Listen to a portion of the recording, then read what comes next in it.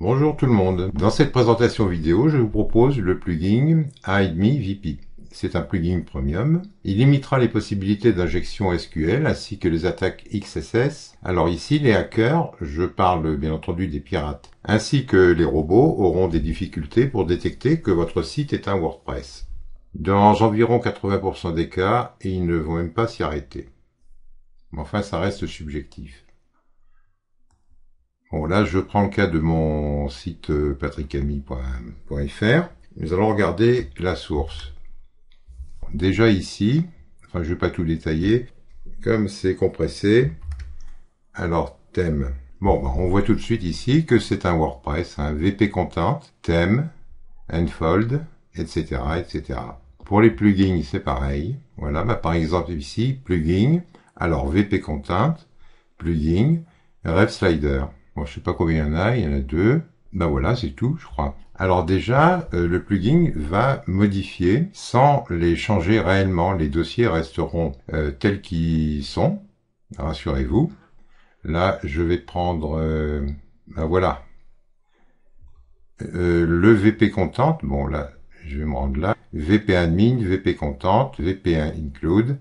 Ils resteront physiquement tels qu'ils sont. Seulement, pour le robot ou le pirate, cela portera donc un autre nom. On va voir ça dans quelques instants. Alors, il vaut vraiment le coup, ce plugin. Une fois que vous l'aurez acheté et téléchargé, vous irez récupérer la clé pour l'activer,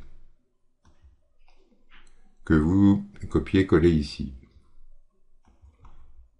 Bon, moi, j'ai déjà fait 3 installations de ce plugin. Bon, j'ai d'abord sauvegardé son enregistrement.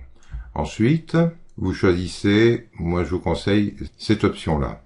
Bon, elle est très bien, elle doit parfaitement être compatible avec la majorité des thèmes, voire des plugins de cache, mais dans ce cas, il peut y avoir des conflits. Auquel cas, je ne vais pas m'étendre ici, c'est une petite présentation. Vous m'en parlez dans les commentaires, notamment en ce qui concerne l'excellent plugin VP Rocket. Bon, ben, il y a des solutions. Ceci étant fait, vous sauvegardez, vous vous rendez dans General Settings. Alors, nous allons mettre la page 404 par défaut.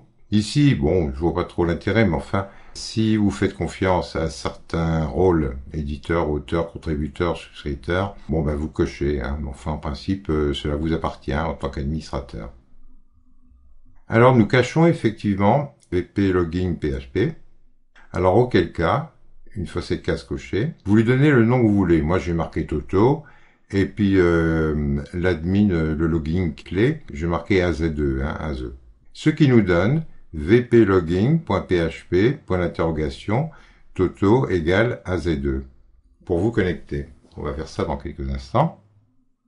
L'on cache aussi le VP admin, l'administration. Vous laissez enable anti-spam. Bon, vous serez prévenu des tentatives d'intrusion. On cache aussi la licence qui se trouve côté serveur, donc à la racine. Non seulement la licence, mais aussi le fichier README. Dans le fichier README, il y a la version aussi de votre WordPress. Alors, vous pouvez supprimer ces 2 fichiers à chaque fois qu'il y a une mise à jour de WordPress, mais faut-il y penser en vous rendant sur le FTP, hein, sur le serveur. Enfin, c'est mieux que ça se fasse automatiquement. Là, je vois pas trop d'intérêt. L'admin bar en haut, la cacher aussi.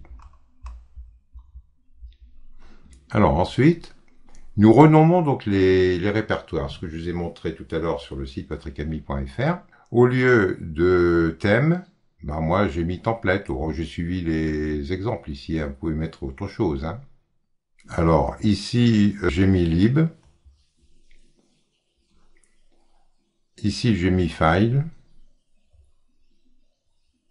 inc. Je pense pas qu'il y en ait d'autres.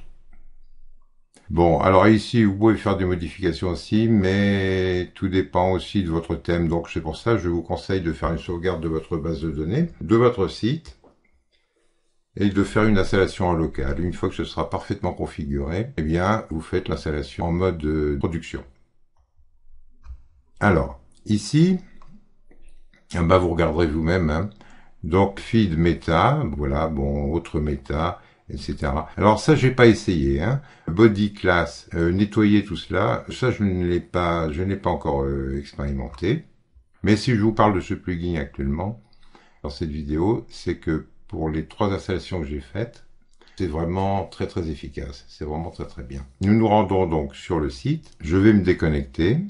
Alors je tape mon VP Logging, comme vous le faites vous-même, VP Logging PHP. Hop.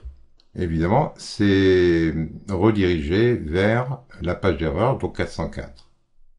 Bon, que vous pouvez customiser, mais encore une fois, ça dépend des thèmes. Maintenant, je vais taper VPAdmin. Voilà. En revanche, tout à l'heure, je vous ai dit que j'avais modifié, donc créé une URL. Donc vplogging.php, nous avons dit toto égale AZE. Voilà. Bon, là, pareil, vous mettez ce que vous voulez, vous pouvez mettre des chiffres aussi. Cela vous appartient.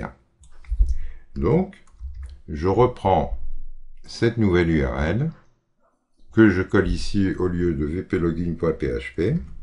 Et là, j'arrive à me connecter. Je pourrais m'étendre beaucoup plus longtemps sur les différentes possibilités. Je vais arrêter la vidéo là. Vous me poserez des questions dans les commentaires, car il y aurait long à dire.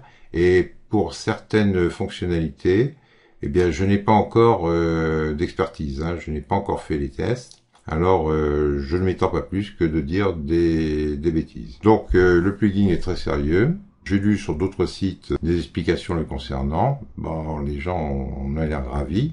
Moi, les 3 personnes pour qui j'ai installé ce plugin sont ravis. Donc, je surveille ça de près et suis prêt à répondre à vos questions. Eh bien, je vous dis à bientôt.